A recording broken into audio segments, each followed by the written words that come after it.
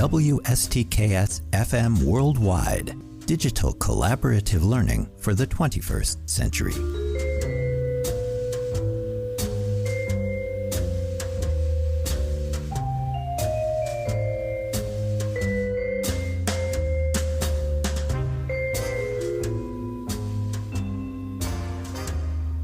Hello again, everyone. It's Professor Schwartz on the air yet again, talking to all the world from right here in the WSTKS-FM Worldwide Studios.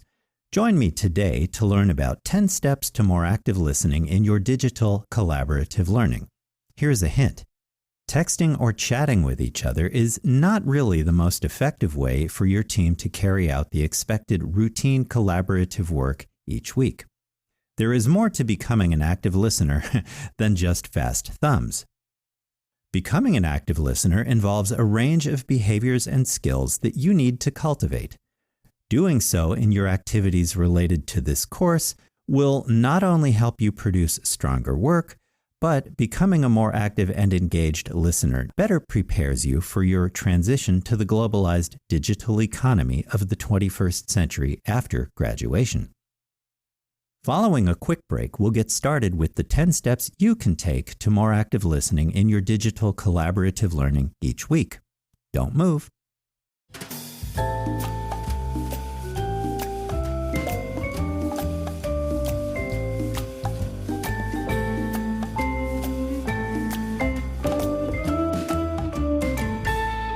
Welcome back. Okay, I've been to the kitchen for another mug of coffee, and my feline friend, Onyx the cat, is purring on the back of my desk chair just behind my head. So let's get the ball rolling. In today's episode, we're looking at the 10 steps you can take to more active listening in your digital collaborative learning each week. Ready? Step 1. Minimize distractions and face in the direction of the speaker. Silence your iPhones or other electronic gadgets and flip them over so they are face down on the table and you are not tempted to glance at them, reply to incoming texts, or any other technological temptations. If you are comfortable doing so, establish and maintain eye contact with the person speaking. In addition, pay attention to nonverbal cues too. That means paying attention to not only the speakers, but your own facial expressions, body language, and tone of voice in response during your discussion. Reading the room, if you will. Think about which seems more open and receptive to the exchange of ideas and information from a speaker's point of view. Is it pleasant facial expressions, leaning forward to engage, normal speaking volume and pitch of voice? Or belligerent grimaces, slouching back in your chair as though you don't really want to be there, arms folded across your chest, and loud combative tones of voice when you speak? I know who I'd rather spend time in discussion with. What about you? Third, don't interrupt. This is a tough one when the subject under discussion is about a difficult or touchy subject. But hearing out each other is important. Constantly interrupting someone else risks coming across as controlling, intimidating, and closed off to others' ideas. It's not an effective or inclusive way to share, learn, and get things accomplished in either a classroom or workplace setting. Following a station identification, I'll be right back with additional information about becoming a more active listener as part of your student learning team collaboration for not only this course, but any high school, college, or university course of which you are a part anywhere in the world.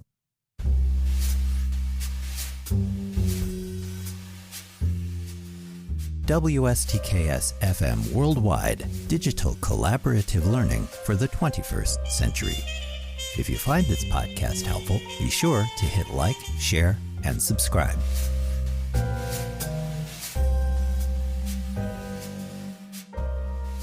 Hello again. Let's talk now about 3 more of the 10 steps to more active listening in your digital collaborative learning. Step 4. It's important to listen without judging or jumping to conclusions. To put it another way, hear the other person out before making up your mind about them or the information they share. And who knows, you might learn something unexpected, interesting, and highly relevant to your work together.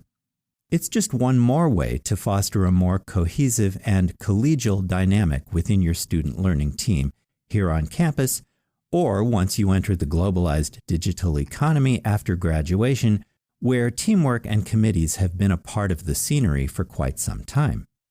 It pays then to cultivate the habit of listening without judging or jumping to conclusions now. Step 5, don't start planning what to say next. This is another bad habit that many of us fall into, but when we are busy thinking over the next statement in reply to what someone might be saying at the moment, our attention wavers, and we can miss important information without meaning to. A more effective approach is to jot down that thought in your notes and ask or reply to what is being said in a few minutes once the speaker finishes and you have more information. It's also important to show that you are listening to a speaker or group discussion, interested and engaged in the wider conversation through things like posture, how you sit in your seat, hand gestures, note-taking, nodding your head when you agree with something that is shared, and so forth. This is a part of the body language mentioned earlier in today's program. When you think about it, it's amazing how much we can communicate nonverbally. Whether you mean to or not, things like fidgeting with your hair, rustling for something in your backpack, or staring out the window all suggest that you are not really involved in the discussion taking place at the moment and that you might rather be somewhere else. And while that might be true, such behaviors are not conducive to effective collaboration with the exchange and development of ideas as its goal.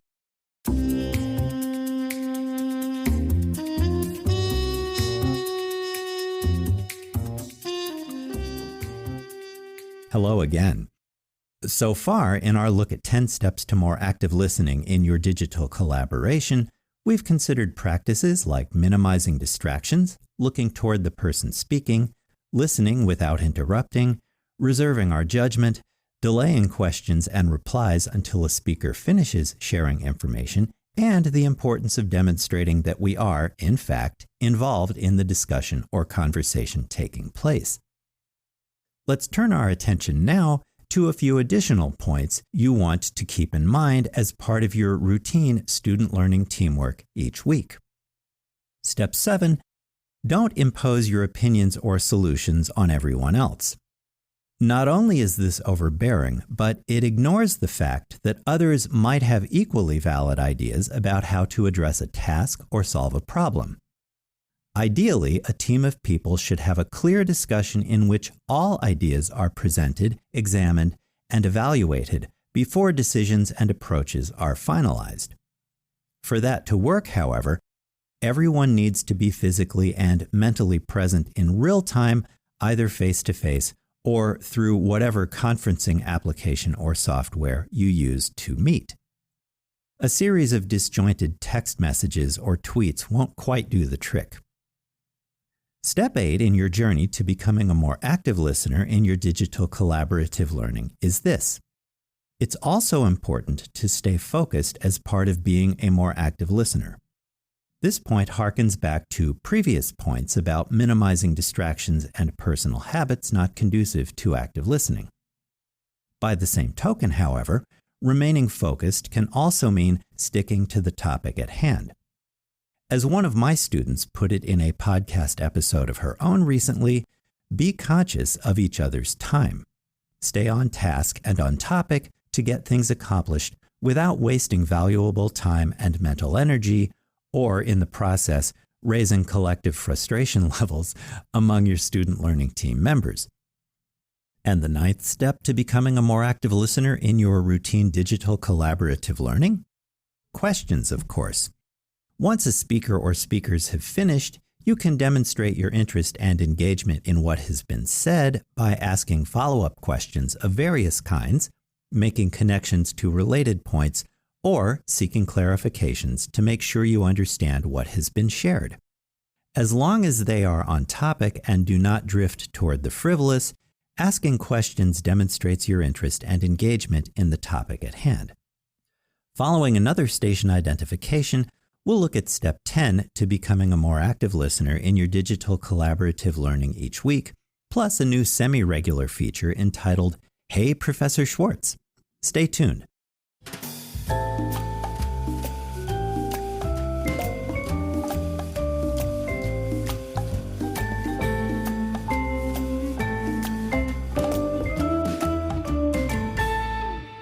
And we're back. Let's look now at Step 10 in your journey toward more active listening in your digital collaborative learning each week. Here it is. Paraphrase and summarize when it is your turn to speak. Doing so indicates not only that you are engaged in the discussion, but it provides room for your teammates to add clarifying remarks, additional thoughts, or other information that contributes to the overall value of the exchange. In turn, that will contribute to interesting, multifaceted thinking about and development of your collaborative projects. All 10 of these related steps, guidelines really, will help you become a more active listener, whether your collaboration takes place face-to-face or via Zoom, Microsoft Teams, or similar, where student learning team members actually see and hear each other. Like email, texting and chatting with each other is not really the most effective or efficient way for your team to carry out its collaborative work each week.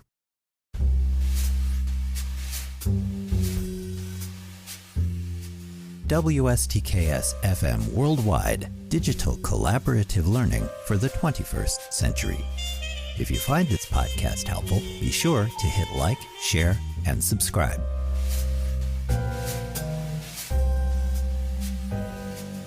Before we wrap up today's program, allow me to introduce a new segment which hopefully will become a recurring feature of the podcast. It's based on student questions that I receive every semester via email or face-to-face. I call it, Hey, Professor Schwartz. And let's kick it off with today's question and my related answer. So here's the question. Hey, Professor Schwartz. I forgot to complete and turn in a number of my individual 2-point reflections from earlier this semester. I know we're approaching week 10 of the course, but could I turn these in late for credit? Signed, Hopeful in Mumble Hall. Here's my answer. Dear Hopeful, individual reflections should have been based on and written immediately following earlier student learning team collaboration for a particular week this semester. That expectation is clearly outlined in the online course modules on D2L and guidelines shared with students via email each week and posted to each course module on D2L. It is now late in the semester and remaining time is scarce. So rather than get stuck on relatively small points value assignments from the past, a more effective approach is to focus on completing your remaining coursework, which includes 2 collaborative projects and your capstone semester reflection. To that end, determine 3 or 4 specific steps that you can take to move toward that goal. Consider and answer the following questions. What patterns do you see in how you have approached your coursework this semester? What changes could you make to ensure that you can complete and deliver your remaining work? How best can you use your personal strengths and abilities to do that? What specific strategies and skills might be most helpful? And finally, what concrete steps can you take next to get started on all of that without delay? Give your responses serious thought and formulate a clear written path forward. A specific plan will help you navigate the final weeks of the course more efficiently. Your efforts to plan, organize, and manage your remaining time and problem solve now are key to finishing the course with a reasonable grade and cultivate valuable 21st century skills that you will need in the working world after graduation. Remember that my responses to questions like these are to provide information that will put you in charge of your own learning through questions designed to foster more careful thought about how you do things related to your work in the course.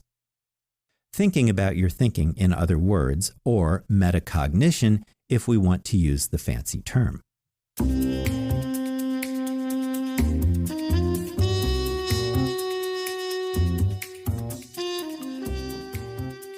Welcome back, everyone. Use the 10 steps presented today to become a more active listener in your digital collaborative learning each week. Doing so will help you and your student learning team develop more interesting and nuanced work together for the remainder of the course. Tune in again for more helpful tips, tricks, and advice based on my 25-plus years of teaching and working with thousands of undergraduates at 3 Big Ten universities across the upper Midwest of the United States.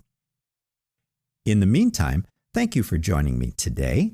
I'll see you in class, online, and during Zoom office hours if you drop by with a question.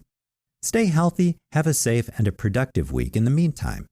With special regards from Onyx, the cat what am. So long, and I'll talk to you again soon. Bye for now.